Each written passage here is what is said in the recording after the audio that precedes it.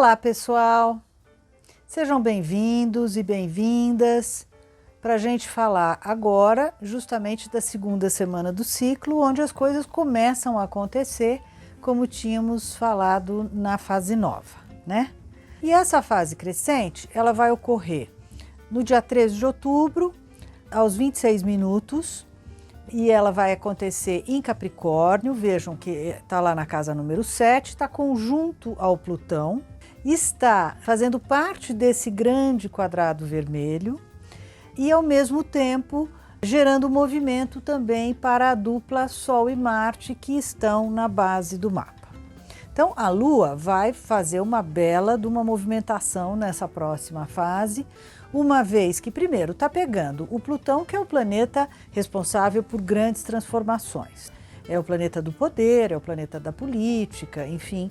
Então, a gente pode esperar aí uma ativação bastante grande de cima para baixo, digamos assim. Além disso, ela rege o ascendente, né, que está em Câncer. Então, isso nos remete à importância que as relações vão ter, que prestar atenção nas pessoas vai ter, que prestar atenção nas pessoas que estão em situações mais frágeis ou vulneráveis ou sensíveis, né? Como, enfim, mulheres, crianças, pessoas que estão desempregadas, pessoas que estão ainda numa situação de convalescença com relação à doença. E ao quanto isso tudo, né, junto e misturado, vai gerar o movimento que a gente precisa para as coisas começarem a acontecer. Então, e ao fazer parte desse quadrado vermelho, uma vez que quadrado gera movimento, né, é o quadrado justamente que faz com que as coisas se ativem, com que as coisas se agitem, com que as coisas sejam cutucadas, é que essa Lua vai fazer com que o movimento comece a acontecer. Então, o fato, vocês vejam, né, que a Lua, ela é o planeta teoricamente mais frágil, mas ela, ao mesmo tempo, como ela gira em torno da Terra numa velocidade incrível, por causa do movimento dela e da agilidade dela, que ela acaba conseguindo movimentar as coisas. Então, praticamente, ela é fundamental nessa próxima fase, porque está pertencendo ao quadrado, está ativando o Plutão, que é o planeta mais, digamos, de maiores transformações. Está cutucando a dupla Sol e Marte, onde tudo se originou no ciclo. E se opondo ao ascendente e cutucando o meio do céu. Quer dizer, ela está dizendo, escuta, gente, vamos mexer com tudo isso, porque senão as coisas não vão acontecer. A tensão entre essas duas duplas, ela no dia 13 já é bastante acentuada, com a Lua se movimentando bastante, cutucando o Plutão aí de maneira mais estreita, mas depois no dia 15 é o próprio Sol que vai enfrentar o Plutão, também numa tensão um pouco mais estreita, e aí o movimento começa muito mais ativamente. E o Júpiter, que está lá na casa 8, né, que é uma casa que complementa o setor das finanças, então é um setor mais do coletivo, é o setor do mercado financeiro, do sistema bancário, dos investimentos, dos investidores, portanto, da economia. Então, esses dois planetas juntos e aliados vão estar ativando esse eixo, que é o eixo 2-8 ou o eixo finanças-economia. E isso é muito positivo já a partir dessa próxima fase. E o Marte, por sua vez, rege o meio do céu, o lugar onde a gente sempre almeja chegar, né? O lugar onde a gente quer fazer as colheitas e perceber para onde é que a gente conseguiu confluir todas as nossas energias e baterias. Portanto, o movimento do ciclo como um todo começa agora, ainda um pouco tímido, mas já, enfim, com as baterias esquentando.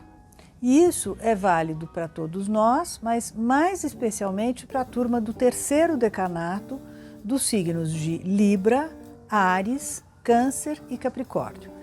É realmente no terceiro decanato desses 4 signos que as coisas tendem a se movimentar e a acontecer.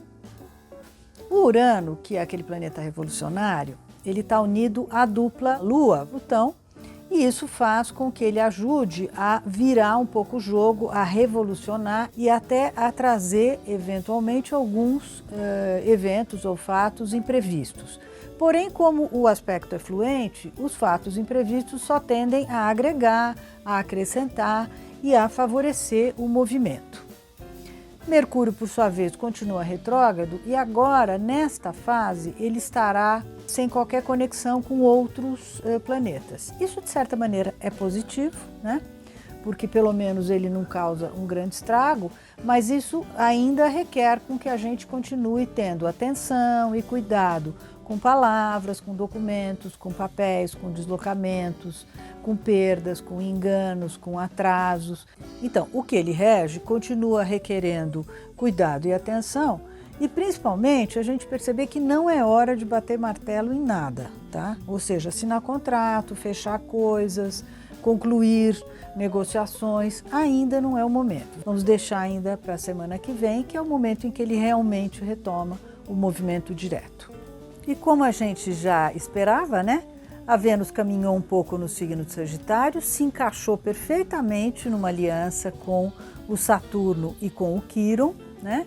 E isso vai trazer vários benefícios, não apenas para os temas que a gente vem falando sempre de pandemia, de saúde, etc., mas também para temas sociais em geral, uma vez que nesse signo ela traz alegria, ela traz esperança, ela traz também um certo incremento, é um signo de crescimento, de expansão, de abundância, etc. Então a gente pode esperar que temas sociais, temas culturais, temas de maior expressividade, inclusive intelectual, venham também a ser favorecidos por essa presença e por essa aliança dela com Saturno e com Quíron. Podemos até esperar que índices como, por exemplo, desemprego, como, por exemplo, questões sociais que estejam mais agudas, também se amenizem e também encontrem uma situação um pouquinho mais favorável e estável, sobretudo. Oxalá estejamos certos de que tudo isso deve rolar. E essa tendência, ela é bastante favorável à turma do primeiro decanato, dos signos de fogo e dos signos de ar. Portanto, é bastante gente, ou seja, primeiro decanato dos signos de Libra, Aquário e Gêmeos e também de Áries, Leão e Sagitário, né? Então, não é pouca gente que deve, de alguma maneira, ser favorecido por esse movimento da Vênus. Mas, de qualquer modo, vamos lembrar que a Lua crescente, ela sempre na hora que entra, ela nos propõe aquela paradinha, né, de sempre, para que a gente dê uma olhada como é que as coisas estão e se o rumo que a gente imagina está sendo percorrido. Como a gente vai vir de um momento muito parado, é ela que vai gerar esse movimento. Então essa paradinha vamos cancelar, porque já estaremos, né, um pouco assim na expectativa. E a hora que a Lua entrar, ela vai dar uma girada muito grande em tudo isso e as coisas vão pegar aquela segunda que a gente comentou na Lua Nova e passar a se desenvolverem, ok? Então, vamos pegar essa segunda, que essa Lua crescente está nos propondo. Não vamos deixar de ficar, né, muito atentos na nossa direção, com os faróis muito bem ligados, né, com o para-brisa todo funcionando e tudo mais. Mas vamos imaginar que é neste momento que a gente começa esse ciclo para valer, né? E vamos rolar a semana toda rumo à lua cheia, que sem dúvida aí sim teremos um movimento um pouco mais forte para acontecer, ok? Então eu só sugiro que vocês entrem no site e consultem os seus textos pessoais de signo solar e signo ascendente, porque sem dúvida as dicas que estarão lá vão ser preciosas para cada um de nós poder, enfim, escolher os seus caminhos.